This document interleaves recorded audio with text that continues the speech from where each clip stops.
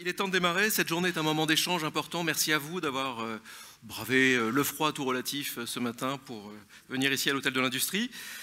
Cette journée va être très dense, donc il me revient déjà de vous raconter un petit peu comment va se passer cette journée. D'abord, que ce soit clair, cette journée, ces échanges se feront tous ensemble avec vous et nous sur cette scène.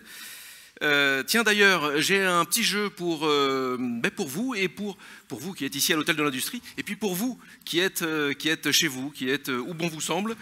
Un petit jeu, dites-nous d'où vous nous regardez dans le chat. Parce que vous voyez, ici à l'Hôtel de l'Industrie, on vous a invité en tout cas à scanner des petits QR codes. C'est avec cet outil-là que vous pourrez poser des questions. Donc servez-vous-en là maintenant pour nous indiquer si vous êtes ici ou si vous n'êtes pas là. Et puis si vous n'êtes pas là, si vous êtes à distance, eh ben, dites-nous d'où vous nous regardez. Hein. Et puis dites-nous peut-être avec quelle humeur vous vous êtes levé ce matin, tout ça. C'est donc avec cet outil que vous pourrez interagir, que vous pourrez commenter, vous pourrez témoigner, vous pourrez poser des questions. Donc vous allez être vraiment, vraiment acteur. Actrice et acteur également, parce que, figurez-vous, vous avez un super pouvoir. Bah oui, vous aussi ici à l'Hôtel de l'Industrie, et puis vous, où bon vous semble, en ligne. C'est pas si anodin en 2022, puisque vous avez la possibilité d'utiliser un hashtag, le JS 2022. Et c'est un super pouvoir, pourquoi? Parce qu'il vous permet de hisser un petit peu d'intelligence, un petit peu de contenu, un petit peu de savoir, un petit peu de partage sur des réseaux qui semblent en manquer de plus en plus. Donc c'est un pouvoir dont il faut se servir, il vous permet de faire entendre ce que vous voyez, de faire résonner largement les échanges qui vont se passer ici et de dépasser les murs de l'Hôtel de l'Industrie que nous remercions pour leur accueil bien sûr. Alors aujourd'hui, en prélude à la publication prévue début 2023, Météo et Climat consacre sa 14e journée scientifique au décryptage du 6e rapport d'évaluation du GIEC. Nous allons donc toute la journée suivre le narratif de ce rapport. Ce matin, on va explorer deux mots-clés qui sont connus, méconnus, qui sont très simples et évidemment très complexes également, celui de la communication, puis celui de l'atténuation. Et cet après-midi, nous parlerons d'adaptation. Chaque session sera introduite par un bref exposé sous forme de keynote. Il y aura toujours la place pour des questions, vous ici à l'Hôtel de l'Industrie et vous où bon vous semble en ligne. Et j'en profite pour tirer mon chapeau vraiment à toute l'équipe de Météo Climat parce que organiser un tel événement sur de tels sujets avec une telle équipe dans une telle époque, quelle gageure, merci. Et d'ailleurs je vous propose de les applaudir très fort. On applaudit l'équipe de Météo Climat.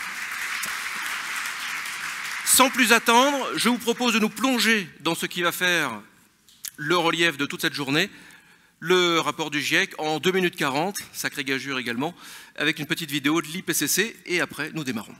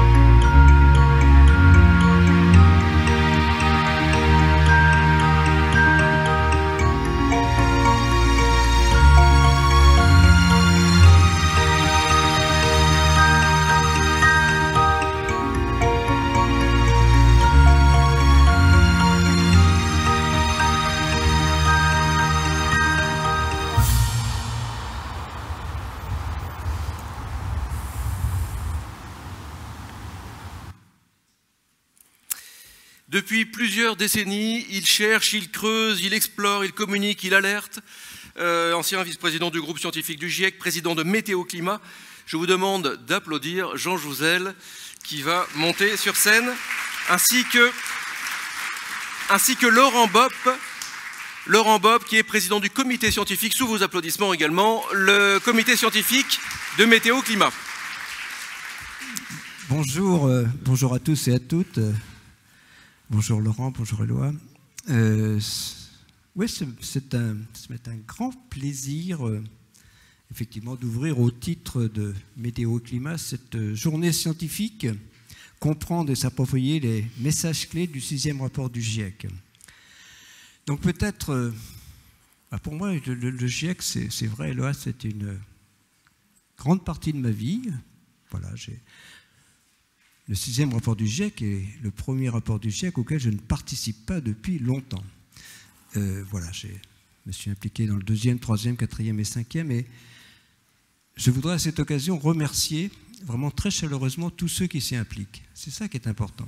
Le GIEC aussi, il y a beaucoup effectivement de visibilité en France des rapports du GIEC, c'est parce qu'il y a dans notre pays beaucoup de scientifiques qui acceptent de s'y impliquer.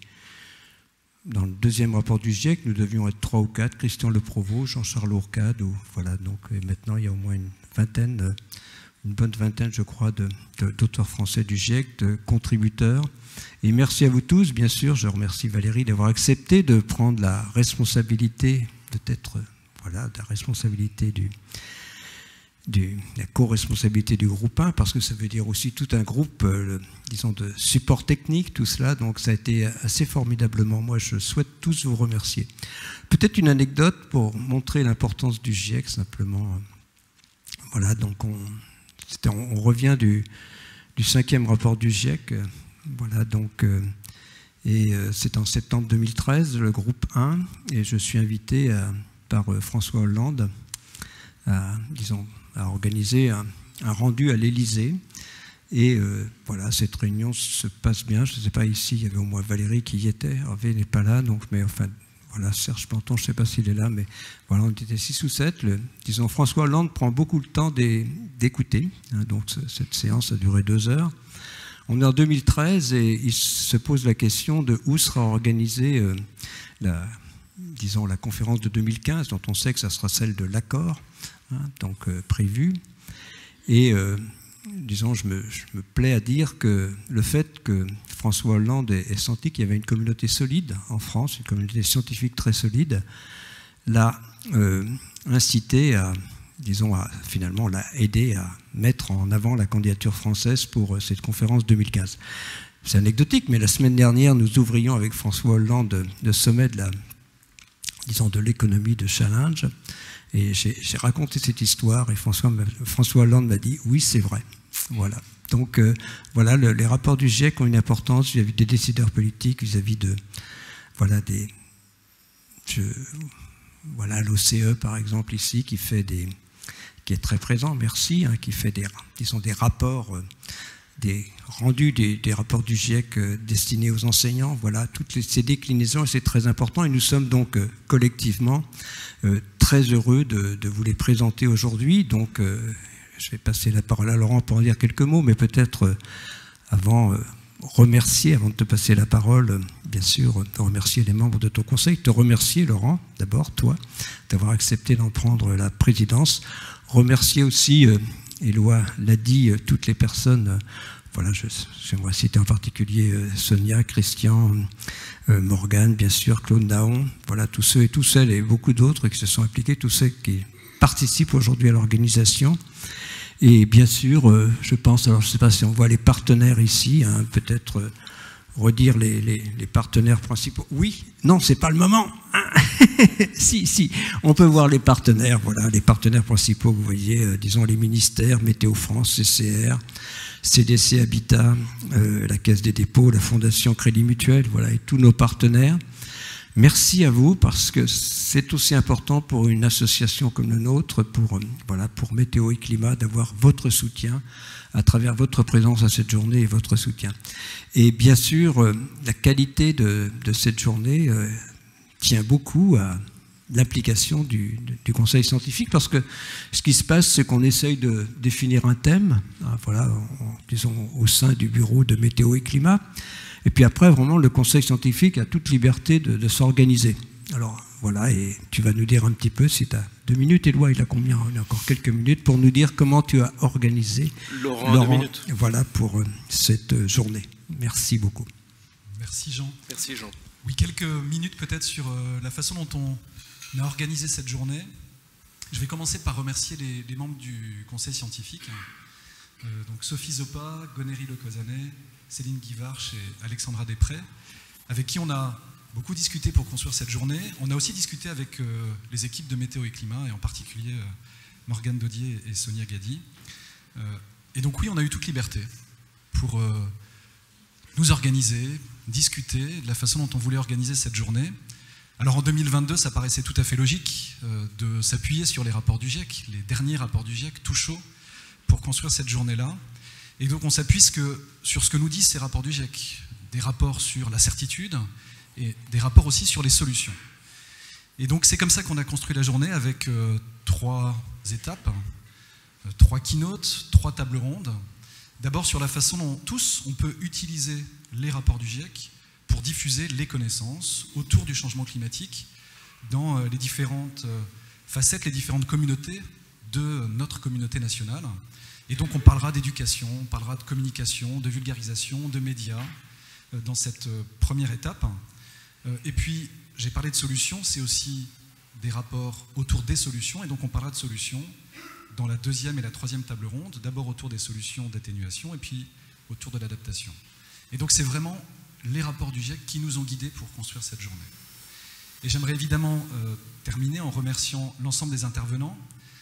On avait pensé à vous pour participer à cette journée. On est très content que vous ayez accepté, et vous avez tous accepté de participer à cette journée.